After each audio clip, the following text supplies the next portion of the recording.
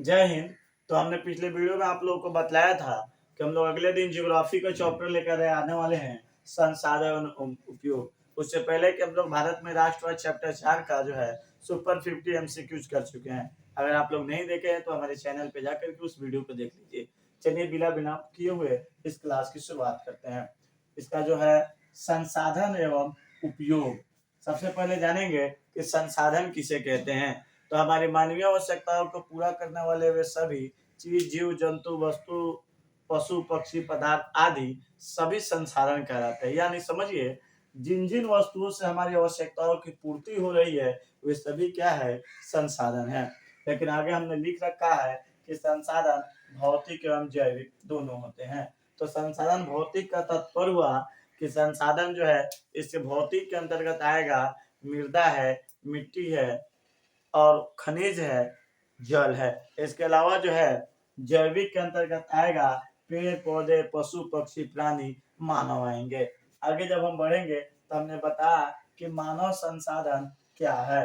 देखिए, मानव भी एक संसाधन है, क्योंकि आप जानते हैं कि मानव के पास ज्ञान होता है। आपने पढ़ा होगा कि मानव संसाधन को कैसे विकसित किया जा सकता है। तो समझिए, मानव संसाधन को शिक्षा, कौशल एवं तकनीक के आधार पर जो है ना उन्हें विकसित किया जा सकता है। तो हमने अभी आपको बताया था कि जिन चीजों से हमारी आवश्यकताओं की पूर्ति हो रही है वो सभी चीजें क्या है, संसाधन है। तो मानव से भी हमारी बहुत सारी आवश्यकताओं की पूर्ति होती है। तो मानव भी क्या है, एक संसाधन है। देखिए, किसी भी देश का, जो देश जितना ज्यादा संपन्न होता है उस देश के संसाधन का बहुत ही महत्वपूर्ण योगदान होता है। चाहे वह भौतिक संसाधन हो, जैविक संसाधन हो या मानवीय संसाधन हो। लेकिन जिस देश के पास जो है, अगर बहुत प्राकृतिक संसाधन बहुत ज्यादा विकसित है तो वह देश संपन्न की श्रेणी में आता है। लेकिन ऐसा नहीं है कि सिर्फ प्राकृतिक और भौतिक संसाधन विकसित होने से ही वह देश विकसित होगा। इसके अलावा वहाँ जो है मानव संसाधन का भी विकसित होना बहुत ही जरूरी है। फॉर एग्जाम्पल में आप जापान के ले लीजिए, तो जापान का मानव संसाधन बहुत ही ज्यादा विकसित है, इसलिए जापान आज विश्व की अग्रणी देशों में शामिल है। उसी तरह से जब हम आगे बढ़ेंगे तो हम देखेंगे एक बहुत बड़े व्यक्ति थे जिनका नाम था, भूगोलवेत्ता थे जिनका नाम था जिमरमैन। उन्होंने कहा था कि संसाधन होते नहीं, बनते हैं। आपसे ये सवाल पूछा जाएगा कि किसने कहा था कि संसाधन होते नहीं, बनते हैं, तो आप कहिएगा और कोई व्यक्ति नहीं थे, वो व्यक्ति थे जिमरमैन। लेकिन आगे हम लोग करेंगे संसाधनों का वर्गीकरण। वर्गीकरण का मतलब होता है बंटवारा। देखिए, संसाधन को जो है ना उत्पत्ति के आधार पर जो है ना संसाधन को दो भागों में विभाजित किया गया है। उत्पत्ति के आधार पर आपसे सवाल में पूछा जाए कि संसाधन को कितने वर्गों में बांटा गया है, तो आप कहिएगा उत्पत्ति के आधार पर संसाधन को दो वर्गों में बांटा गया। लेकिन यहाँ पे एक में है जैव संसाधन और दूसरा में है अजैव संसाधन। जैव संसाधन और अजैव संसाधन समझिए, जैव संसाधन जो है वह जैव मंडल से प्राप्त होते हैं और अजैव संसाधन जो बाहरी क्षेत्रों से मिलते हैं। इसको समझने के लिए एक बहुत ही आसान ट्रिक है। जैसे ये जैव संसाधन है ना, तो इसको आप लोग समझिए जीव कर दीजिए। क्या कर दीजिए? जीव। तो यानी समझिए, ऐसे संसाधन जिसमें सजीव के लक्षण हो। आप तो जीव जान के जिसमें सजीव का लक्षण हो, तो ऐसे संसाधन जिसमें सजीव के लक्षण मौजूद होते हैं वो क्या किस संसाधन के अंतर्गत जाएगा? जैव संसाधन के अंतर्गत जाएगा। तो आप बताइए, पशु किस संसाधन के अंतर्गत जाएंगे? तो आप बिल्कुल कह सकते हैं जैव संसाधन के अंतर्गत। मानव किस संसाधन के अंतर्गत जाएंगे? जैव संसाधन के अंतर्गत। किसके अंतर्गत? जैव संसाधन के अंतर्गत। पेड़ वृक्ष किसके अंतर्गत जाएंगे? तो जैव संसाधन के अंतर्गत। अब हम इसी के ठीक आगे बढ़ेंगे तो जैव हमने अभी आपको बताया जिसमें सजीव का लक्षण मौजूद हो वह क्या कहलाएगा? जैव संसाधन कहलाएगा। जबकि यहाँ एक और है अजैव संसाधन। अब यहाँ सजीव का लक्षण कहा हमने, तो अब इसके अपोजिट चले जाइए, अ लग गया है तो ऐसे भी उल्टा हो जाता है। तो इसमें जो है कहेंगे कि ऐसे संसाधन जिसमें सजीव का लक्षण मौजूद नहीं हो, यानी निर्जीव का लक्षण मौजूद हो, वह क्या कहलाएगा? अजैव संसाधन कहलाएगा। आप हमें बताइए, पत्थर क्या सा संसाधन है? अजैव संसाधन है। आप हमें बताइए, भूमि कौन सा संसाधन है? तो अजैव संसाधन है। यानी जिसमें सजीव का लक्षण मौजूद नहीं हो। प्लास्टिक कौन सा संसाधन? अजैव संसाधन। यानी जिसमें सजीव का लक्षण मौजूद नहीं है उसको पहचानेंगे कौन संसाधन? अजैव संसाधन। जिसमें सजीव का लक्षण मौजूद है कौन सी है? जैव संसाधन। आगे हम आपको बढ़ेंगे तो देखेंगे उपयोगिता के आधार पर। किसके आधार पर? उपयोगिता के आधार पर संसाधन को दो भागों में बांटा गया है, नवीकरणीय संसाधन और अनवीकरणीय संसाधन। अब हम लोग जानेंगे नवीकरणीय संसाधन क्या है और अनवीकरणीय संसाधन क्या है। हमने यहाँ एक चीज बतलाया कि जैव को जीव कर दीजिए तो जीव में क्या होता है? सजीव का लक्षण होता है। अजैव को अजीव मान लीजिए, इसमें जीव का लक्षण मौजूद नहीं है, तो आप इसके ऑपोजिट कर दिए। लेकिन यहाँ देखिए, यहाँ भी नवीकरणीय है और यहाँ क्या है?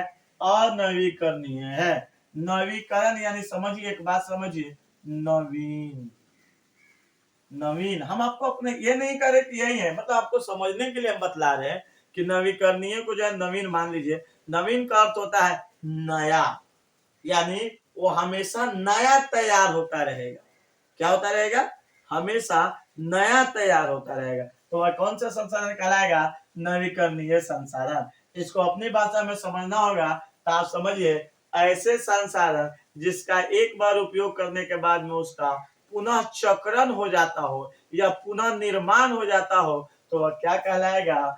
नवीकरणीय संसाधन कहलाएगा। क्या कहलाएगा?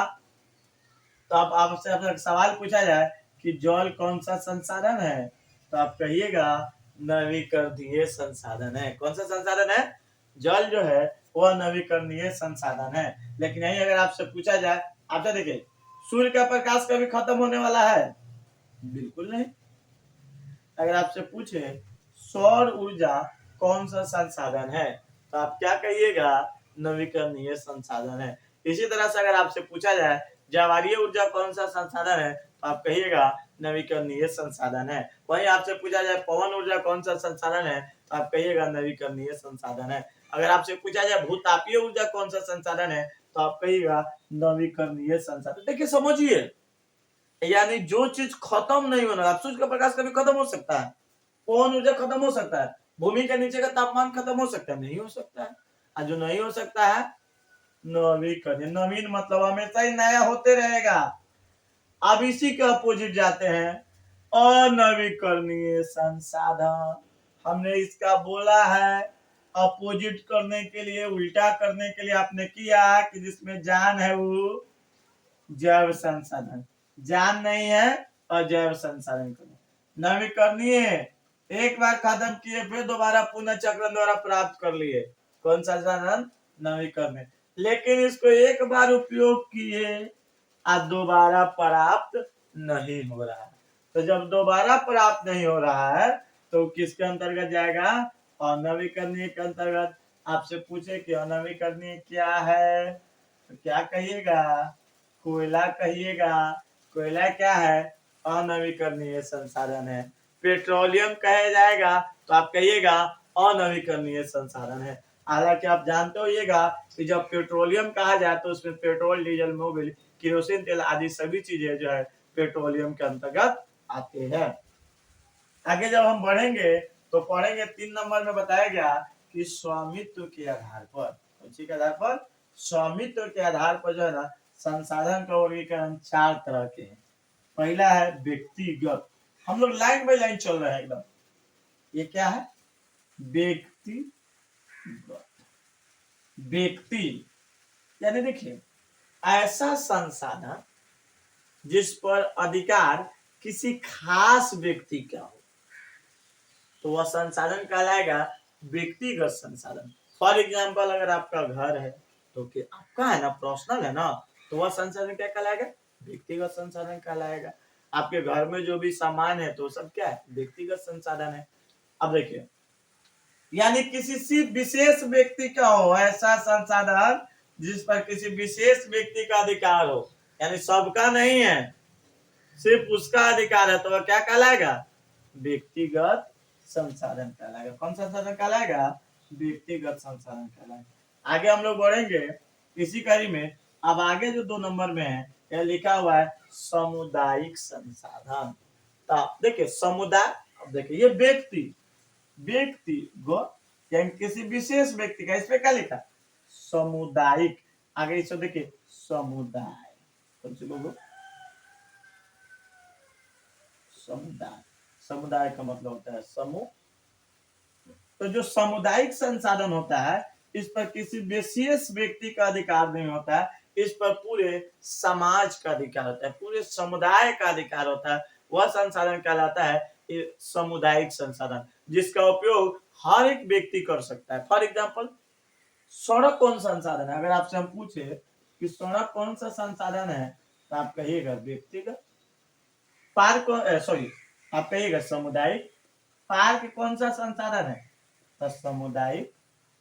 सामुदायिक भवन, भवन, अच्छा समझिए, स्कूल कौन सा संसाधन है? सामुदायिक। मंदिर कौन सा संसाधन है? सामुदायिक। मस्जिद कौन सा संसाधन है? इसमें किसी एक व्यक्ति का अधिकार होता है। शमशान घाट कौन सा संसाधन है? सामुदायिक। कब्रिस्तान कौन सा संसाधन है? सामुदायिक। यानी ऐसे संसाधन जिस पर जो है ना पूरे समुदाय का अधिकार होता है, उसमें किसी विशेष निजी व्यक्ति का कब्जा नहीं होता, तो क्या कहलाता है? सामुदायिक संसाधन कहलाता है। आगे देखिए राष्ट्रीय संसाधन। क्या? राष्ट्रीय संसाधन। देखिए राष्ट्र मतलब होता है देश, राष्ट्र मतलब क्या होता है? देश। जैसे अगर आपसे पूछा जाए कि आपका संबंध किस देश से है, तो आप कहते हैं मेरा संबंध भारत से है। हमारा संबंध कहां से? भारत से है। तो हम भारत के, कश्मीर से लेकर के कन्याकुमारी तक किसका हिस्सा है? भारत का हिस्सा है। तो राष्ट्रीय संसाधन का डिफिनेशन होता है राष्ट्र के अंतर्गत जितना संपत्ति है, जितना वस्तु है, सब का जो है ना वो संसाधन जो है, जितनी संसाधन हो वो सब है राष्ट्रीय संसाधन। कौन सा संसाधन? वो राष्ट्रीय। देखिए व्यक्तिगत संसाधन भी जो है ना समुदाय से, ये भी राष्ट्रीय संसाधन में चला जाएगा। माना राष्ट्र के अंतर्गत, देश के अंतर्गत जितना कुछ है ना वो सब किसके अंतर्गत चला जाएगा बाबू? राष्ट्रीय संसाधन के अंतर्गत। किसके अंतर्गत? आई व्यक्तिगत भी जाकर के यही में समा जाएगा रे वो, आई सामुदायिक चला जाएगा। राष्ट्रीय संसाधन, कौन संसाधन?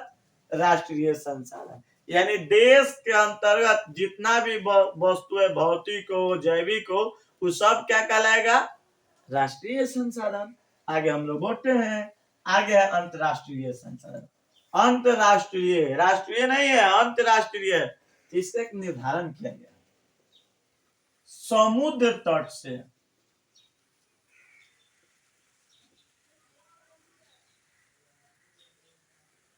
समुद्र तट से जो है ना 200 किलोमीटर तक का,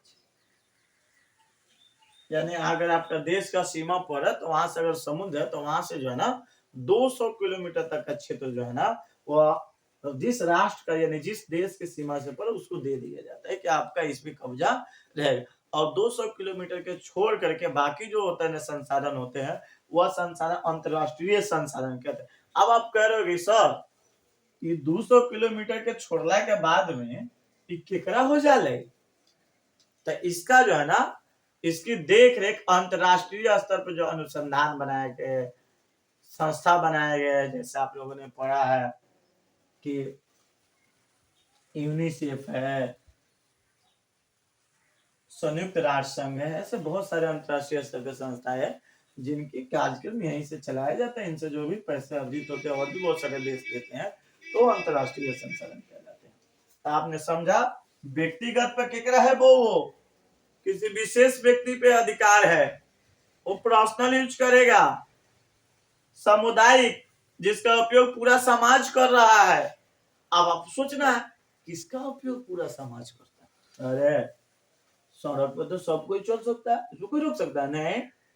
पार्क में जाने से कोई रोक सकता है नहीं। स्कूल में सब कोई जाता है, मंदिर में सब कोई जाता है, मस्जिद में सब कोई जाता है, शमशान घाट सब कोई जाता है, कब्रिस्तान सब कोई जाता है। तो किसी विशेष व्यक्ति का कब्जा है नहीं है। चले जाइए समुदाय, पूरा समाज। आगे बढ़िए। अब देखिए हमने बताया कि राष्ट्र के अंदर, देश के अंदर जितना सारा संपत्ति है वो सब क्या है? राष्ट्रीय संसाधन। अंतरराष्ट्रीय संसाधन समुद्र तट से 200 किलोमीटर का क्षेत्र छोड़ करके जो है ना बाकी सभी क्षेत्र क्या कहलाते हैं? अंतरराष्ट्रीय संसाधन कहलाते हैं। हालांकि इसको अपवर्जक आर्थिक क्षेत्र कहा जाता है। समुद्री से जान लो, अपवर्जक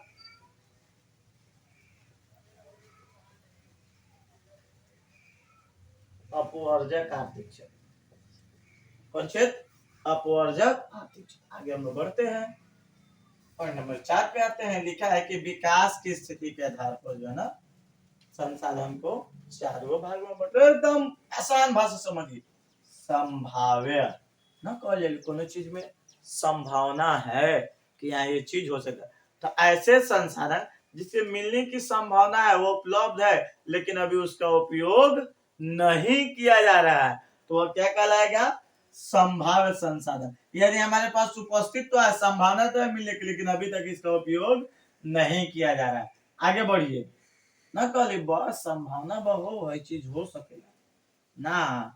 आगे बढ़ो, कुछ दो में है विकसित संसाधन यानी डेवलप। ऐसे संसाधन समझिए जिसका खोज किया जा चुका है, परीक्षण किया जा चुका है, लेकिन वर्तमान में अभी उसका उपयोग नहीं हो रहा है, तो कहलाता है विकसित संसाधन।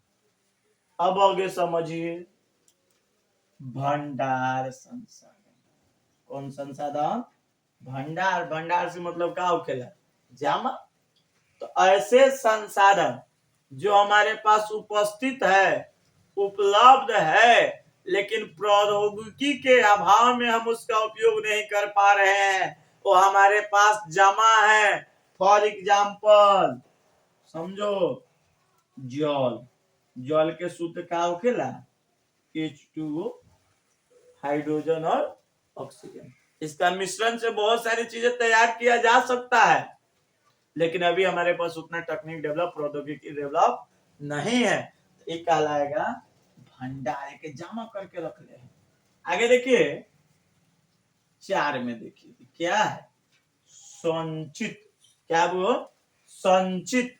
संचित मतलब क्या होता है? जमा। संचित का मतलब क्या होता है? वो जमा। यानी ऐसे संसाधन जिसका भंडार का अंश है लेकिन उपलब्ध अभी हमारे पास तकनीक उतना नहीं है जिसका उपयोग हम लोग सही तरीका से कर सके। फॉर एग्जाम्पल जल विद्युत है।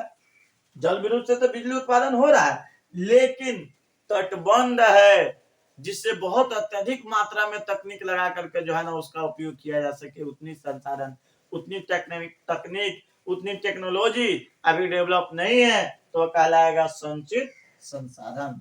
आगे अब हम लोग बढ़ेंगे, बढ़ेंगे आगे। संसाधनों का संरक्षण। एक बात बतलाइए, संसाधनों का संरक्षण आवश्यक है कि नहीं? देखिए संसाधनों का संरक्षण आवश्यक है। अगर हम लोग संसाधनों का संरक्षण नहीं करेंगे, लगातार विदोहन करेंगे, आप जानते हैं कि संसाधनों के बिना तेजी गति से विकास करना बहुत ही मुश्किल है, तो हमें संसाधन का संरक्षण करना होगा ना। अरे सतत विकास करना होगा ना। आप लोग जानते हैं सतत विकास क्या है?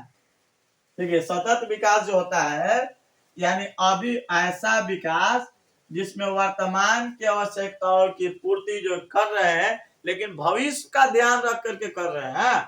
फॉर एग्जाम्पल अगर आपके पास कुछ संपत्ति, आपके पिताजी के पास कुछ संपत्ति है, अगर आपके पिताजी वो पूरा संपत्तियों को खत्म कर देंगे तो आपको क्या मिलेगा? तो आपके पिताजी के पास तो संपत्ति था लेकिन अब आपके पास नहीं है। क्यों नहीं है? क्योंकि उसका पिताजी आपका जो है ना वो पूरा उपयोग कर चुके हैं। समझ रहे ना? तो वही जो है ना सतत विकास पे ध्यान रख के हम लोग कर रहे हैं, तो उसका दूसरे जगह से पूरा कर दे। समझ रहे हैं? आगे बढ़िए। तो संसाधन का संरक्षण क्यों आवश्यक है? संसाधन का संरक्षण आवश्यक है ताकि भावी पीढ़ी भी तेजी से डेवलप कर सके। आगे हम लोग बढ़ेंगे। हम लिखे हैं कि सर्वप्रथम 1968 ईस्वी में जो है ना क्लब ऑफ रोम ने संसाधन संरक्षण के बारे में वकालत की थी। जब लोगों को लगने लगा देखिए कुछ ऐसी समस्याएं हैं जो अंतरराष्ट्रीय समस्या है, किसी एक देश की समस्याएं नहीं है। समझिए, जैसे वायु प्रदूषण, तो वायु दूषित होगा, ये पूरे दुनिया का वायु दूषित हो, कोई एगो देश कहेगा ना ना हम अपना ओरी रोक ले रहे हैं वायु को, नहीं हो सकता ना। तो ये क्या है, पूरे विश्व के लिए समस्या है। तो लोगों को लग रहा है कि नहीं, अब जो हम लोग को पर्यावरण संरक्षण करना चाहिए, क्या करना चाहिए, पर्यावरण संरक्षण करना चाहिए। तो इसके लिए जो है ना, क्लब ऑफ रोम ने जो है 1968 में वकालत की। लेकिन एक बहुत ही इंपॉर्टेंट हम आपको पॉइंट लिखवा रहे हैं, सर्वप्रथम आपसे पूछा जाएगा, सर्वप्रथम सर्वप्रथम पर्यावरण संरक्षण हेतु पहला सम्मेलन कब हुआ और कहाँ हुआ, ये भी सवाल आपसे पूछा जाएगा। कब हुआ और कहाँ हुआ, तो आप जान लीजिए, पर्यावरण संरक्षण तो जो प्रथम सम्मेलन हुआ था वह 1972 ईस्वी में हुआ था। और ये कहाँ हुआ था, तो आप जान जाइए, स्टॉकहोम में। कहाँ था, स्टॉक। तो कब हुआ, 1972। कहाँ हुआ, स्टॉक। हालांकि जानिए, यहीं से जो तय किया गया कि 5 जून को, कितना जून को, 5 जून को पर्यावरण संरक्षण दिवस मनाया जाएगा। पर्यावरण संरक्षण दिवस मनाया जाएगा। सुनिए, तो सर्वप्रथम पर्यावरण संरक्षण तो पहला सम्मेलन कब हुआ, 1972 में। कहाँ हुआ, स्टॉकहोम में। अच्छा बताइए, किस तिथि को पर्यावरण दिवस मनाया जाता है, 5 जून को। आगे जब हम लोग बढ़ते हैं, तो 1974 ईस्वी में एक पुस्तक आया, सुमशेर की जो पुस्तक थी, उस पुस्तक का नाम था स्मॉल इज ब्यूटीफुल। एकदम इसको बीबीआई लगाइए। ये कौन था, हमने जो लिखा, यहाँ अभी हमने लिखे, इसको बीबीआई लगा लीजिए। आपसे पूछा जाता है कि पर्यावरण संरक्षण हेतु जो पहली पुस्तक आई थी, स्मॉल इज ब्यूटीफुल, इसके लेखक कौन है, तो सुमशेर है, सुमशेर। स्मॉल इज ब्यूटीफुल के लेखक कौन है, सुमशेर। ये कब प्रकाशित हुआ, 1974 में।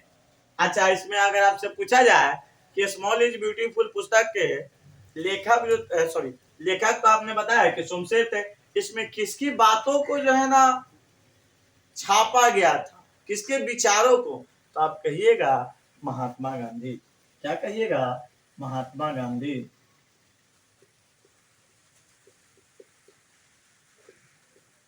महात्मा गांधी के विचारों को इसमें सर्वप्रथम जो है ना प्रकाशित किया गया था। तो स्मॉल इज ब्यूटीफुल के लेखक कौन है, सुमशेर। कब ये पुस्तक प्रकाशित हुई, 1974 ईस्वी में। इनमें किसके विचार प्रकाशित हुए, तो महात्मा गांधी। उन्हें बता रहे थे कि 1974 में सुमशेर की पुस्तक जो है ना प्रकाशित होती है, जिसमें महात्मा गांधी के विचार को प्रकाशित किया जाता है। आगे हम लोग बढ़ेंगे, साल आता है 1992 ईस्वी का। आप लोग नोट कीजिए, ये अक्सर एग्जाम में जो है, इसको लगा लीजिए बीबीआई, ट्रेंडिंग क्वेश्चन है। प्रथम पूछा जाएगा आपसे कि प्रथम पृथ्वी सम्मेलन कब हुआ,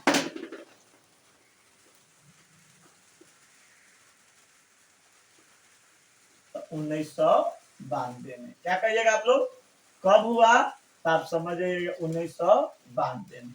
लेकिन अगर यह आपसे पूछ दे यहाँ पे कि कौन सा स्थान पे हुआ, रियो डी जेनेरो।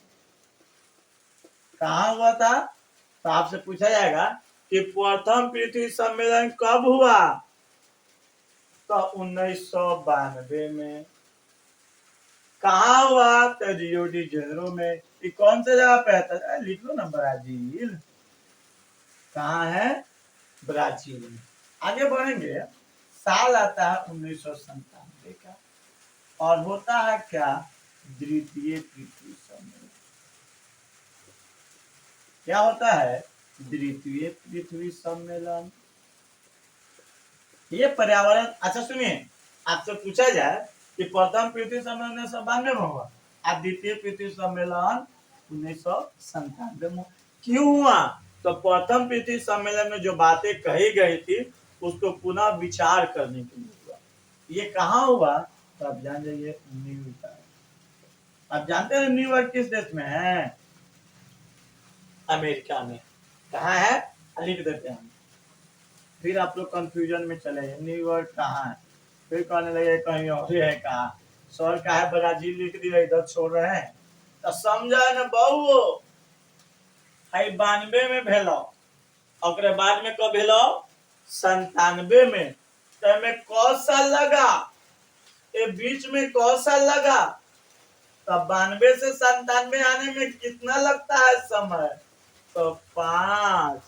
तो सुनिए, इसी को कभी कभी सवाल में पूछता है कि +5 सम्मेलन कब हुआ? +5 सम्मेलन कब हुआ? तो देखा 92 में 5 जुड़े जी, तो क्या हो गया, 97। तो कब क्या कहिएगा आप, समझिए, चलिए बोलिए, 1997 में। तब +5 सम्मेलन किस पृथ्वी सम्मेलन को नाम से जानता है? द्वितीय पृथ्वी। कहाँ हुआ? न्यूयॉर्क। न्यूयॉर्क कहाँ है? अमेरिका में। प्रथम पृथ्वी सम्मेलन 1992 में। कहाँ हुआ था? रियो डी जेनेरो में। रियो डी जेनेरो कहाँ है? ब्राजील में। आगे बढ़िए, 92, 97। साल आता है 2002 का। क्या आता है? 2002 का। 2002 में हुआ तृतीय पृथ्वी सम्मेलन। तृतीय पृथ्वी सम्मेलन क्या हुआ? तृतीय पृथ्वी सम्मेलन। ये कहाँ होता है? जोहान्सबर्ग। आप कहिएगा सर जोहान्सबर्ग कहाँ है? तो ये दक्षिण अफ्रीका में है। कहाँ है जोहान्सबर्ग? दक्षिण अफ्रीका में। चलिए, तो प्रथम पृथ्वी सम्मेलन कब हुआ? 1992 में। कहाँ हुआ? रियो डी जेनेरो में। कौन सा देश है? ब्राजील। आगे देखिए, 5 जो दिए तो +5 सम्मेलन, द्वितीय पृथ्वी सम्मेलन पे जाता है, कहाँ? New York, America. आगे बढ़िए, तृतीय पृथ्वी सम्मेलन 2002 कहाँ हुआ? जोहान्सबर्ग, दक्षिण अफ्रीका। लेकिन एक और सवाल, 1997 क्योटो प्रोटोकॉल। समझिए, किसी को कभी कभी पूछता है क्या है कि क्योटो सम्मेलन कब हुआ? आप लेके क्या पूछ दिया जी, हम तो पढ़े एकदम सर पढ़ाए हैं, प्रथम द्वितीय तक क्योटो सम्मेलन पूछ रहा है जी। तो क्योटो सम्मेलन पूछे 1997। कहा हुआ, कब हुआ? 1997।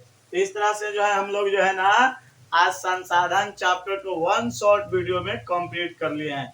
लेकिन जैसा कि हमने आपसे वादा किया था कि जिस वीडियो को हम पहले पढ़ाएंगे और उसके बाद में उसका ऑब्जेक्टिव लेकर के आएंगे। ये चैप्टर थोड़ा छोटा है, लेकिन हम प्रयास करेंगे कि इसमें जो है ना कम से कम 20 ऑब्जेक्टिव, टॉप 20 MCQs अगले दिन। चैनल से बने रहिए, हमने आपसे वादा कर रहा हूं कि जब तक आपका एग्जाम नहीं होगा तब तक हम लाइव आते रहेंगे, आप लोग अच्छी वीडियो देते रहेंगे और एक एक चैप्टर का ऑब्जेक्टिव देते रहेंगे। आज के लिए कहीं और अब जाने की जरूरत नहीं है, सिर्फ जीएस विद नजर आलम पे आइए। तो टॉप 20 MCQs अगले दिन हम इसका लेकर के आ रहे हैं। बस आप लोग चैनल पे बने रहिए, चैनल को देखते रहिए, इसी तरह से अपना प्यार देते रहिए। जय हिंद।